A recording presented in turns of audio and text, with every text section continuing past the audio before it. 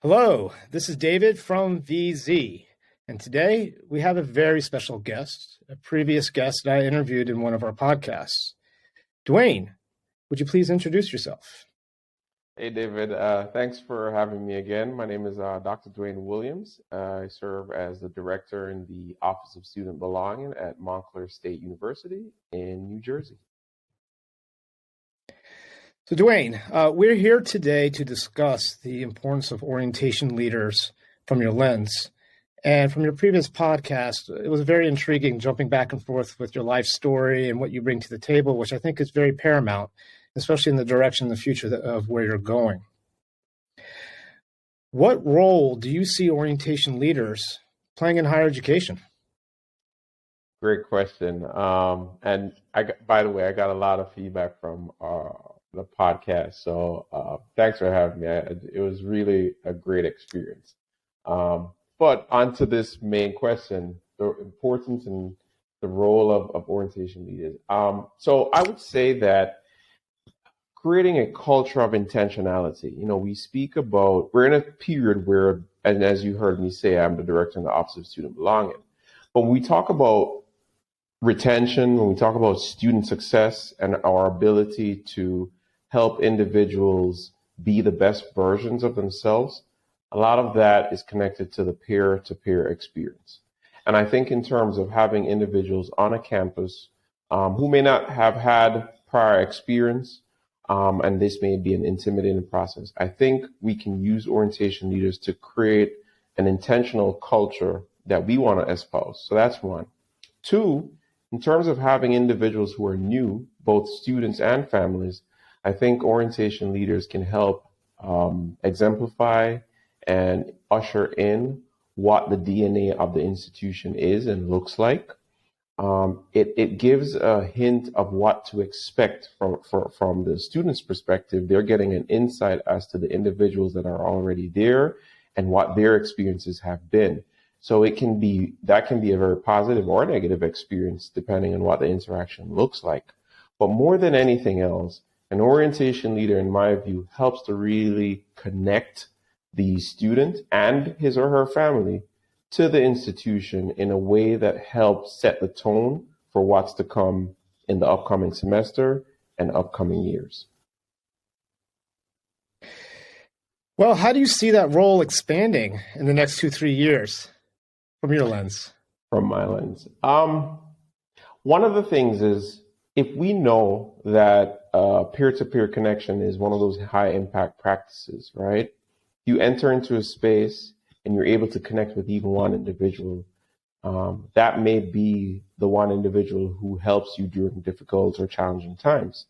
So the question would be, how can the connections that are forged and formed during an orientation experience be carried out through the next year and even, if possible, two?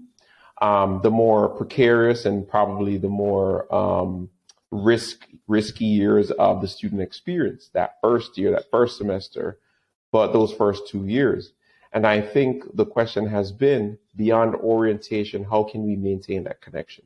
Now, here at Montclair State, we've done something out of necessity, which I think can blossom into somewhat of a best practice.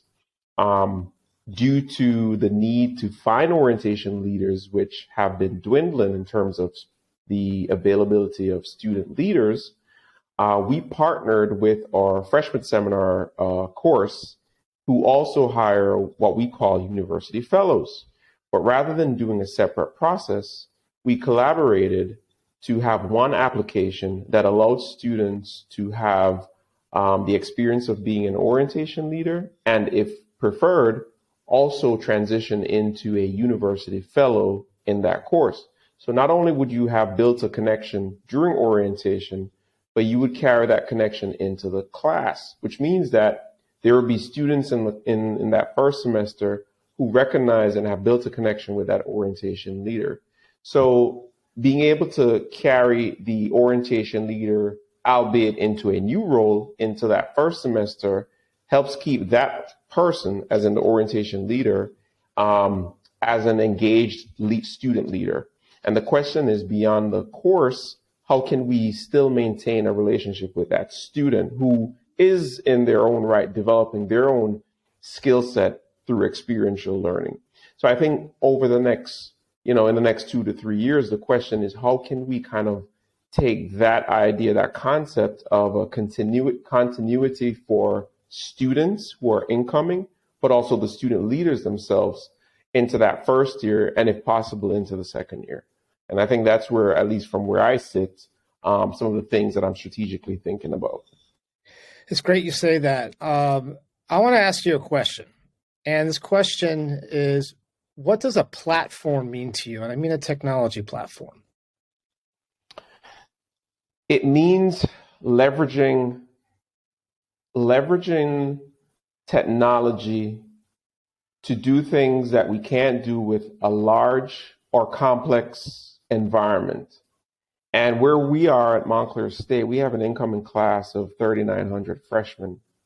So the question is, numerically, there are just some things that we don't have the capacity to do.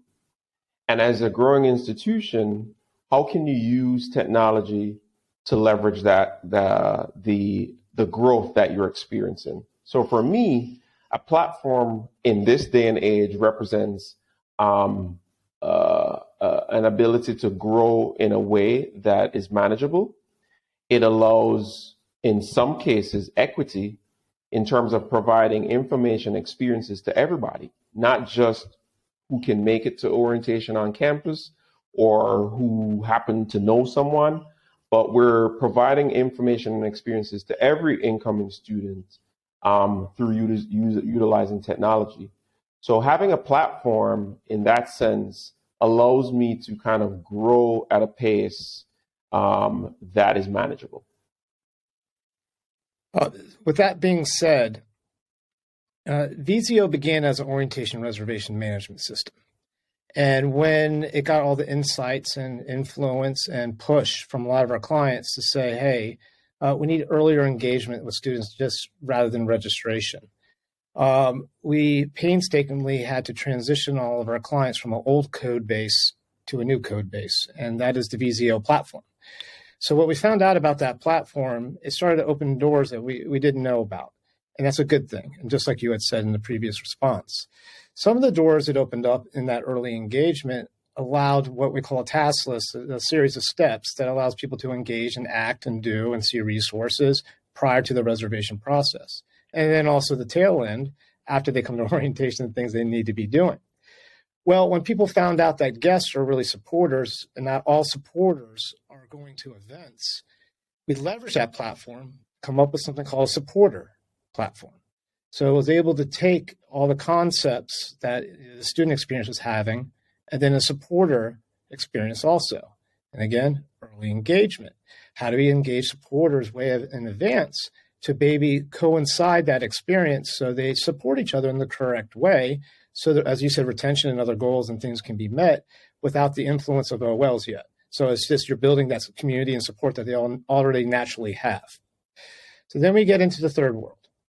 VZO had created what we call an orientation leader application. So you remember that one application thing that you had mentioned. In doing that, we realized that because we were engaging students and supporters early on and getting them ahead of the curve with advisors and orientation leaders meeting these new students, there were some prime candidates that could do quick apps. So we allowed those recruitment practices to be done early on for engagement. And then that OL application has turned into a platform. That platform has not burgeoned yet. So the point of this, these interviews that I'm doing with you is to gain your lens on a futuristic approach to say we have the ability to onboard students. We have the ability to onboard supporters. Now there's an ability to onboard orientation leaders early on. So one of the questions I have is, what does it mean to you and how do you see early engagement for orientation leaders to let them become orientation leader? Well, a word that comes to mind, David, is exposure. I think in life, a lot of times we are able to capture or self-actualize, if you want to go the psychological route, by being exposed to a variety of experiences. And I think with that, if we have exposure to all incoming students, and in this case, they're going through what we in the higher ed world refer to as pipelines. And in that pipeline, if there's an exposure to an experience that one is proven to help retain that population, meaning students who work on campus have been studied and shown to be retained at higher rates because they're more engaged. So I think having exposure very early on will allow students to actually see or hear from past orientation leaders as they go through this process of onboarding. Hey, here are some opportunities for you if you're interested. Some of you may have heard about this as you were either the stereotypical things about an orientation leader, or you somehow have researched and you're interested in working on campus. And this is one of the first experiences that you will have. And there's an opportunity for you, if you would like, to be a part of this. I think we can begin that engagement in a platform like Visio, which all incoming freshmen and transfer students are going through. Wouldn't it be great if the folks who demonstrated an interest in that experience or that opportunity are then brought through a series of steps to gauge if this is the right pathway for them? Because they may have in the beginning an idea of what this experience is, only to find out that that isn't. Now, we typically would have info sessions about the orientation leader position, but we have that probably 4 or 5 months after they've begun their first semester. Those same students may have had that interest in July or June or August. And if we can kind of start to engage that group very early on in meaningful ways, then we can kind of do a targeted outreach in terms of recruitment. And I think we may be casting a wider net than our current model. So I see VZ and the platform that you've created as an opportunity to kind of create more exposure to a wider group of students. And then on the back end, I think what would be great is to really look at the performance of orientation leaders, in particular, given the context of this discussion, with that of other students. And I think we can really start to then take that model, if one is created, and ask the question, how can we then replicate this in other areas of campus? We're always looking for what works well and the why behind it. And I think if you can look at how you engage students, how you expose them to different experiences, how you help bring them through that experience, and then continue to engage them beyond the experience, which then generates or goes into the alum piece, I think you have an opportunity or a model that you can then take on the road, as I like to say, to different constituents on a campus. So that's just some of the thoughts I have as far as the platform in helping administrators kind of recruit the face of the university. Because, when you think about it, these individuals are the part of the frontline staff. These are the folks that are having the first conversations with the aunts, the uncles, the brothers, the siblings, the supporter, as you say, and being able to identify the group of students who you want to have be representative of that. I think there's some intentionality that has to go behind it. Brilliant, man, as usual. The next question is tricky because I'm trying to wrap my brain around it. And so you can imagine that OL gets recruited, early engagement in that sense. They go through a selection process because they've applied, right? So when they have done that, they accept the offer and they do all the series of steps they need to do. But one of them is training. And the training that's included, what you were talking about, sometimes it's a workshop, sometimes it's the course that you're taking in the spring, maybe something. But what's funny is in your podcast, and I've told everyone this too, is that I don't even know if I'm allowed to curse. I'm just going to say it. The damn concept of storytelling and how you learn storytelling and how you can teach an OL how to tell a story needs to be part of that training process. And it is. A lot of schools have it, but treating it with intentionality, right? And with an outcome and a goal that's aligned. What would be one thing that if you had a year-long training program that is now missing in your program or you see programs around you, what would you want to add in that would not revolutionize, but maybe change the game a bit? Well, if I wanted to ensure that our incoming or current orientation leaders felt really connected to the institution and were the model students that we would want, I would want them to be able to share their own experiences and that be a driving force of their why and how they engage individuals. Everyone has their unique experiences, and being able to have students share their why of being where they are in a higher ed space, I think can be an option in terms of leading what you just described. We all have unique experiences. And in terms of developing or feeling really connected to an institution or a space, and also the concept of learning, people gravitate towards authentic stories. Irrespective of what the story is, people like to hear stories.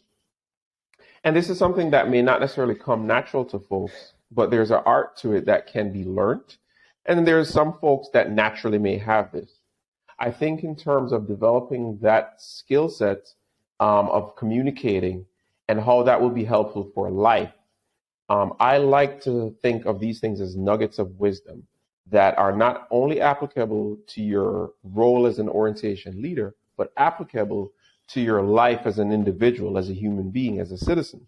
So if you can develop this art of explaining something that may seem odd or simple in a way that gives you agency, that allows you to show why you felt comfortable being here and why this is impactful for you and your family, I think people will gravitate towards that.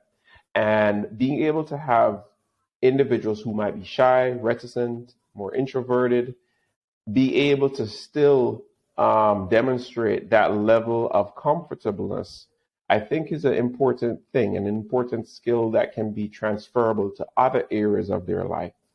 And I think that is something that for some of the orientation leaders that we hire, I'm able to visibly see that transformation over a short period of time. You give us a year with that individual, and it's a whole different world that we can help that student kind of ascend to. So I think the concept of storytelling and developing oneself, being the best version of themselves, being curious about their own self and allowing other folks to be curious about them will give them that sense of agency to be the best version of themselves. And I think that's impactful on so many levels. Okay, I have two more questions. In true form, the last question is you get to roll with whatever you want to say and walk away with people want to take, because they're in the audience listening to us. We're being authentic. They've already heard you, they heard me, they're probably laughing at me, even taking this long to talk. So the next question is important to me. So you have the concept of someone becoming an orientation leader and you have to recruit them. There's some intrinsic motivation that you need to give them. Yet once they go beyond that first year and they're engaged and they finish their tour per se, the first year, and you talked about this pipeline, which is important. Growing that pipeline year after year after year, if you started your pipeline today and you ran that program for 4 years, that would lean that what does someone who goes through 4 years starting from the OL program, maybe developing into that customer service model, what do you think university should give them as an intrinsic motivation, a certificate, a degree, something that they can apply? Because most of these people are trying to get a job. And to do that is sacrificing maybe an internship or sacrificing something else, but to choose a leadership role, continue through their education. So how do you see that working out beyond that first year, if you can imagine this pipeline growing, and what intrinsic motivation should we give those OLs? People like to be rewarded. We all do. We like to be motivated, sometimes extrinsically. I would say if someone went through 4 years, which we've had students, because we would hire, in a rising sophomore per se, we've had individuals who've been with us for 3 years as an orientation leader. They kept coming back because they loved it so much and they grew from it, right? Which I'm sure a lot of our colleagues out there may have similar experiences of returners. And beyond the compensation, the financial compensation, they have developed so much skill. They are paraprofessionals who are, I would say, ready to enter either work world or into graduate school. It would be lovely to be able to demonstrate some of the skill set that they have gained, whether through badging or credentialing, something that they can then have as an experiential record that is approved by leadership, whether that's on the provost side or a joint thing between academic affairs and student affairs. But imagine going through 4 years of this experiential learning where they have gained communication skills, leadership development, global and cultural awareness, financial literacy, critical thinking skills, problem solving skills, sustainability, program development, a ton of competencies which you can link to a lot of the industries and what common industries are looking for. And if you can help them articulate that, hey, by being with us for 4 years, not only have you grown academically, but you have grown personally because you have gained these life skills that otherwise you may have gained but not known and not know how to articulate it or not have a record to demonstrate to potential employers and or graduate school admission folks that you've gained these skills. And I think that is something we would want to offer in a very tangible way for an individual beyond the financial compensation. Now, one could delve into whether or not a student has any unmet financial needs or other needs that we can help supplement by being a part of this experience. So I think there are creative ways to support our student leaders who are giving a lot, but are also receiving a lot. But we have to help them understand what they're receiving and how they can take that their skill sets on the road per se beyond life at the university level. In true fashion, last question means probably the most to everybody that has listened to you, especially with the podcast and the feedback. The people in the room today need to go back to their homes, to their work, to their schools, to maybe their bosses and to their team leaders, and also their OLs they have and everything around them. What could they bring home from your take of this that they can take as a gift? So you're gifting them something to bring home. What would you give them? So I think when we talk about, the why we do what we do, students are usually at the heart and center of it. And I think when you talk about impact and true impact, student leaders have the ability to impact and permeate what the college experience is, what growth is, what development is, in a very organic and natural process. I think the investment into student leaders is oftentimes something that is not truly looked at as a part of the retention process and a part of the process to help individuals not just graduate, but thrive. And we are impacting not only the individuals that we hire, but the individuals that they then interact with. So the more that you can put into those individuals, the more they have to give. I think it's an important aspect of any institution, regardless of size. And it's an area where I think from a student leadership, student development perspective, from a peer-to-peer developmental perspective, that individuals should give focus to, if not already doing that. So think of the student leaders and orientation leaders as one of those areas of opportunity for you to make true impact in the lives of your student very early on, in order to help them thrive as individuals, as students at your university. Thank you, Duane. I hope in the future I can buy your glasses so I can see as clear as you can, man. That was great. Thank you very much. You're welcome. Thanks for having me.